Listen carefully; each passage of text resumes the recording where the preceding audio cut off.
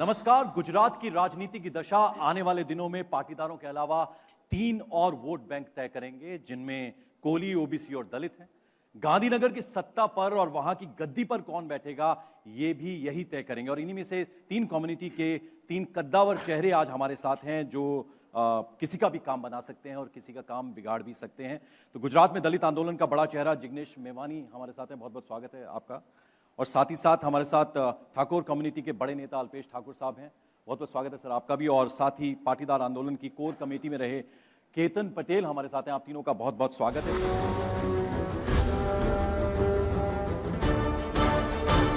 कि ये जो डिफरेंट लीडरशिप है, जो डिफरेंट कास्ट ग्रुप से उभर रही है, ये कैसे इलेक्शन पर इंपैक्ट डालेगी आपको लगता है?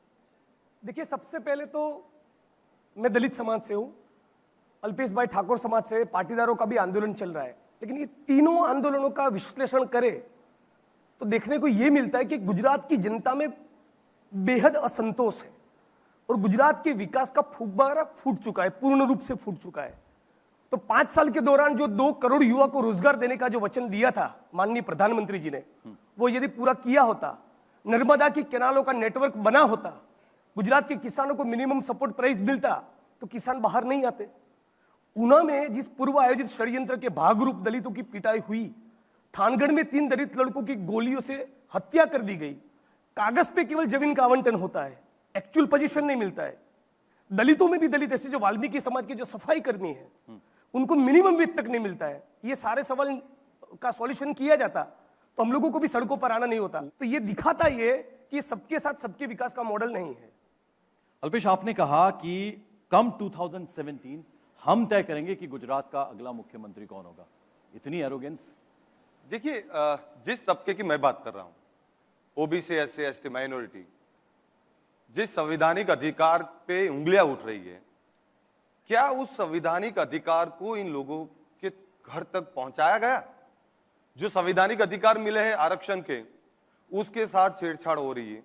ओबीसी की जहां 27% आरक्षण दिया गया गुजरात के अंदर, 14 से 15% सीटें भरी जाती है, दूसरी खाली रहती है। जिस गुजरात के अंदर प्राइम मिनिस्टर विकास की बात कर रहे हैं, उसी गुजरात के अंदर ओबीसी अभी भी पिछड़ा है, अभी भी दलितों पे अत्याचार हो रहा है और अभी भी आदिवासी के साथ अन्याय हो रहा है। ये पक्की बात है। और गुजरात के अंदर ये जो भी ये माहौल हुआ है, वो एंटी गवर्नमेंट इसलिए है क्योंकि 22 साल से हमने इसलिए ये बोला कि जो गवर्नमेंट हमारा उत्थान नहीं कर सकती, हमारा विकास नहीं कर सकती, हमें इस समानता की धारा के अंदर नहीं ला सकती, तो हमें यह तय करना होगा कि हम कब तक मांगते रहेंगे, कब तक सड़कों पे उतरते रहेंगे। मैंने आपकी बात सुन ली। केतन, आप ये बताइए कि क्या आप तीनों मिलकर बीजेपी का खेल बिगाड़ने के लिए आए हैं क्या मैदान? बीजेपी का खेल बिगाड़ने का सवाल नहीं था।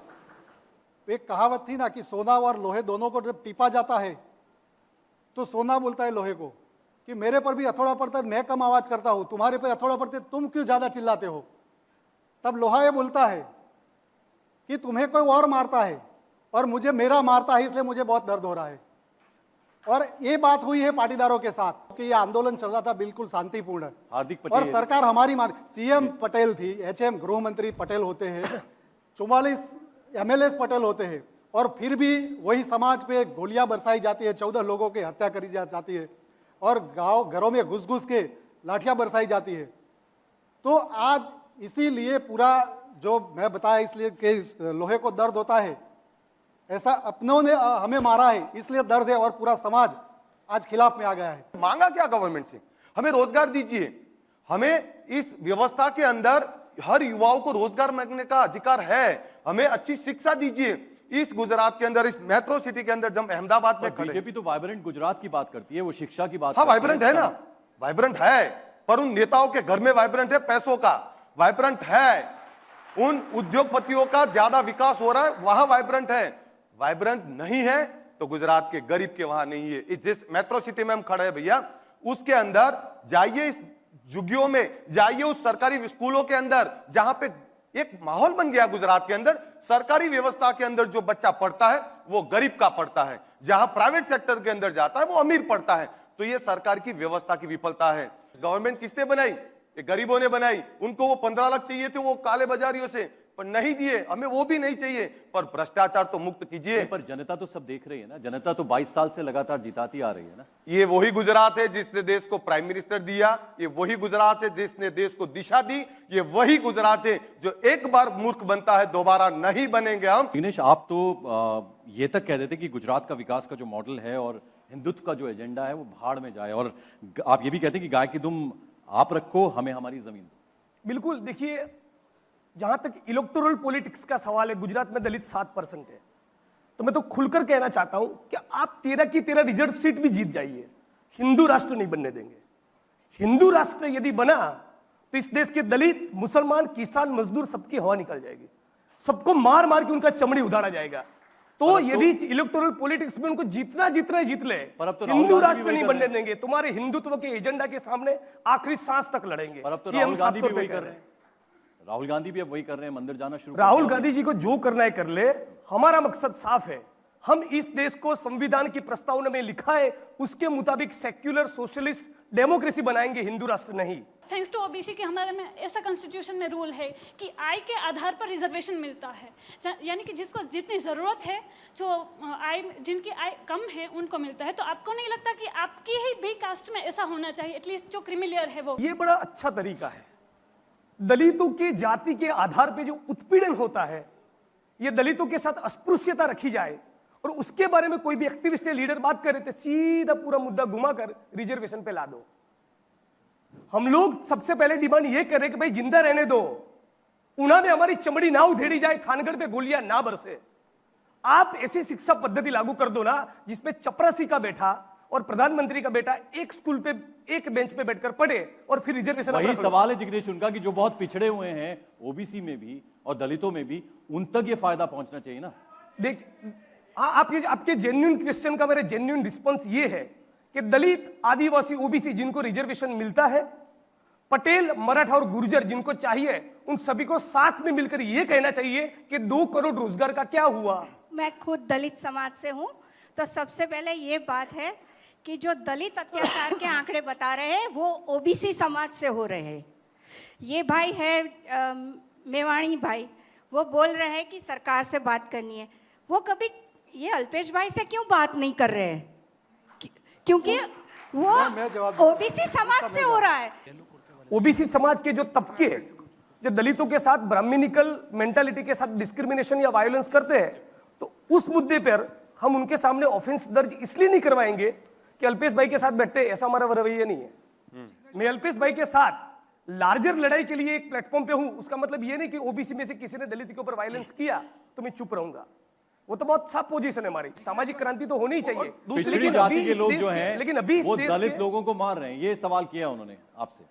मैं वही कह रहा हूं ना कि जहां तक सामाजिक क्रांति का सवाल है, दलित और पटेल और ओबीसी और दलित सारों के बीच में कॉन्ट्राडिक्शन है, लेकिन वो कॉन्ट्राडिक्शन तो दलितों के अंदर भी है।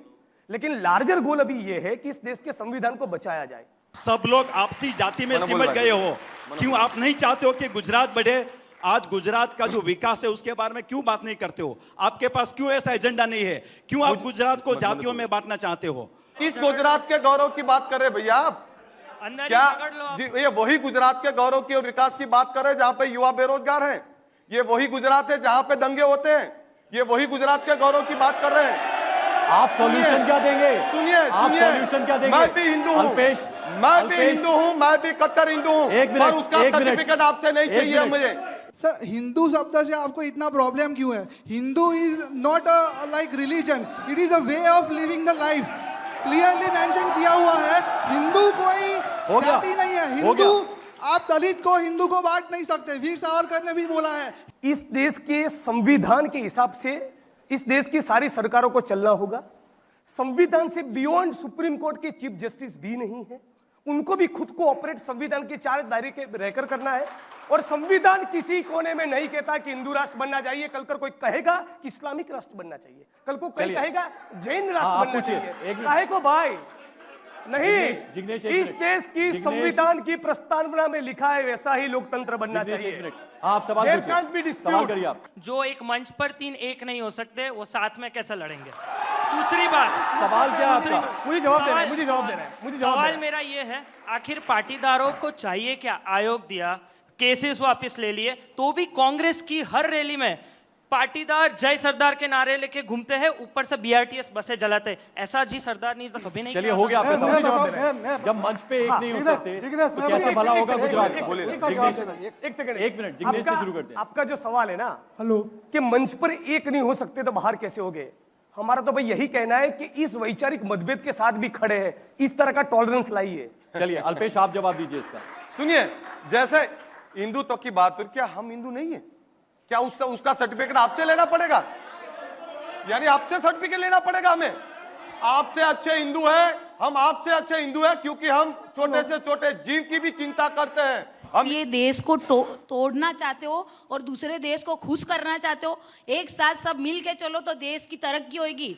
अपना खीसा भर के और फिर दूसरे को आगे ला के वो देश नहीं, वो देश टूट सकता है सर। एक मुस्लिम महिला ने सवाल पूछा है, एक मुस्लिम महिला ने सवाल पूछा है कि देश को तोड़ने की बात क्यों कर रहे हैं आप लोग? हम तो देश को जाति बनाने की निर्मूलन की होनी बात चाहिए। कर रहे हैं। आप यदि जातिवाद को भारतीय बढ़ा समाज रहे हैं, आप जातिवाद को बढ़ा रहे आप हैं। जातिवाद को बढ़ावा दे रहे हैं, हिंदू राष्ट्र की बात कर रहे हमारा हैं। गुजरात विकास कर रहे हैं, वो आपसे बर्दाश्त नहीं हो रहा है। हम माइनॉरिटी से हैं।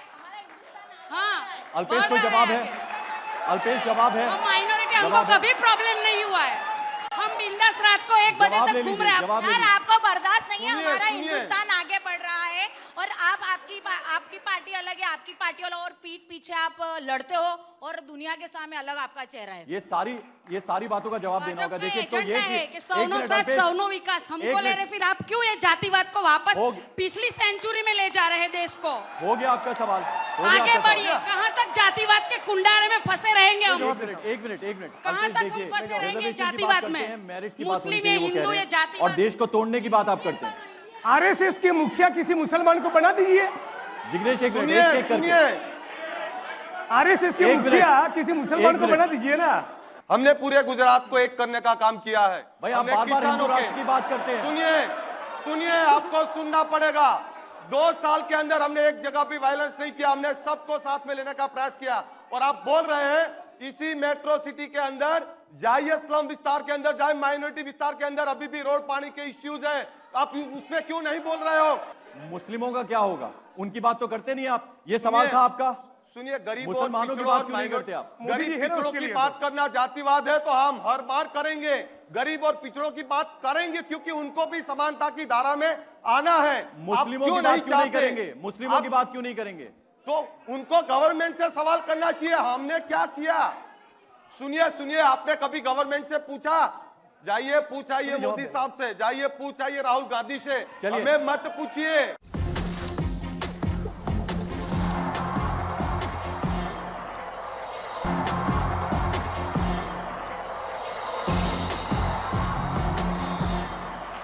जिग्नेश भाई ने बहुत अच्छी बात की कि इस देश को हम हिंदू राष्ट्र नहीं बनाएंगे, लेकिन आप जो अफजल गैंग के कन्हैया कुमार वगैरह है उनको बुलाते हैं।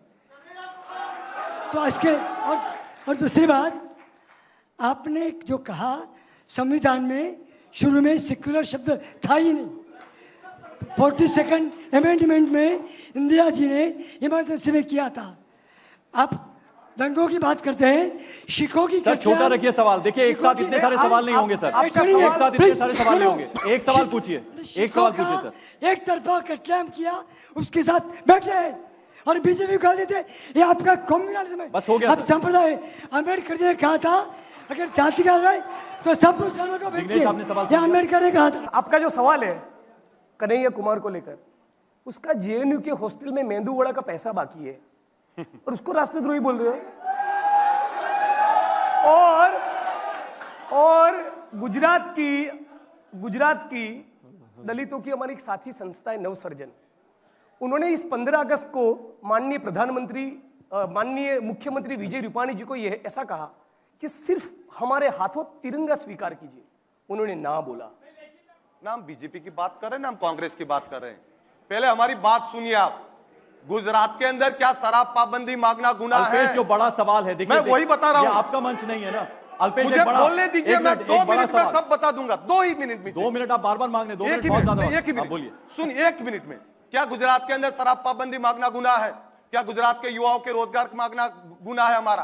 क्या 22 सालों में किया क्या? 22 सालों में किया क्या? हमने तो ये लिखित में दिया था अल्पेश, भैया। 22 सालों में कि किया हमें क्या? कुछ नहीं हुआ। हमने लिखित में मांगा था, उसका जवाब दीजिए। आप बीजेपी के नुमाइंदे बन के बैठे हैं, गवर्नमेंट के नुमाइंदे बन के बैठे हैं, तो जवाब दीजिए। हमने लिखित में मांगा, क्या किया हमारे साथ? और सुन लीजिए, आप इतना वायलेंस मत कीजिए, हमें वायलेंस नहीं चाहिए। हमें गुजरात शांति प्रिय देश है, हमें शांति चाहिए, पर हमें खाना भी चाहिए, हमें रोजगार भी चाहिए, हमें किसान है, हमें पानी भी चाहिए। ये नहीं दोगे तो राजनीति नहीं करने अल्पेश, देंगे। केतन, जिग्नेश, आप तीनों यहां पर आए, बहुत बहुत शुक्रिया आपका। और बड़ा सवाल यही है कि युवा बेरोजगारों की बात जो होती है, पिछले 22 सालों में इन्होंने क्या किया, ये देखेंगे। और इस बार इनका ये कहना है कि 23 तारीख का इंतजार करिए, तो 23 तारीख का इंतजार करेंगे, देखते हैं क्या बड़ी घोषणा जो है वो अल्पेश की तरफ से होती है। आप तीनों यहां पर आए, बहुत बहुत शुक्रिया आप तीनों।